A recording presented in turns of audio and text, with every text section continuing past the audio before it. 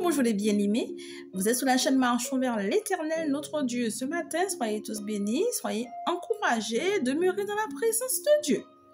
Dans Jean 11, verset 4, il est dit, « Cette maladie n'est point pour la mort, mais elle est pour la gloire de Dieu. » Eh bien oui, je vous encourage ce matin en ce sens, quelle que soit la situation.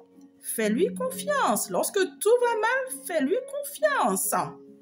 Reste dans l'apaisement. Le Dieu vivant, l'Éternel, il est présent. Il ne t'abandonnera pas, il ne te délaissera pas.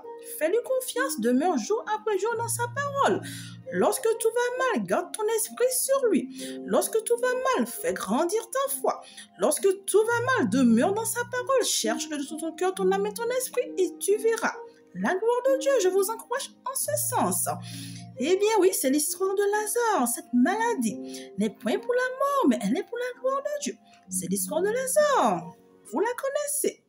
Lorsque le Seigneur Jésus-Christ fut parti, un moment, c'était son ami. Puis on l'appela pour lui annoncer que son ami était malade. Le temps qu'il revienne, Lazare fut mort. À son retour, quelques jours après, il le ressuscita.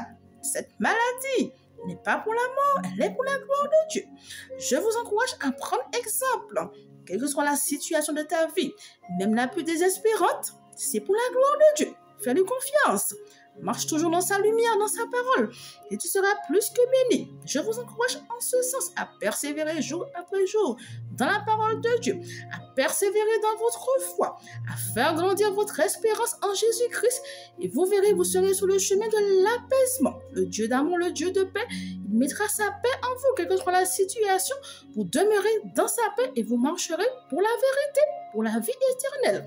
Je vous encourage à demeurer ainsi et soyez tous bénis, que la paix de Dieu soit avec vous.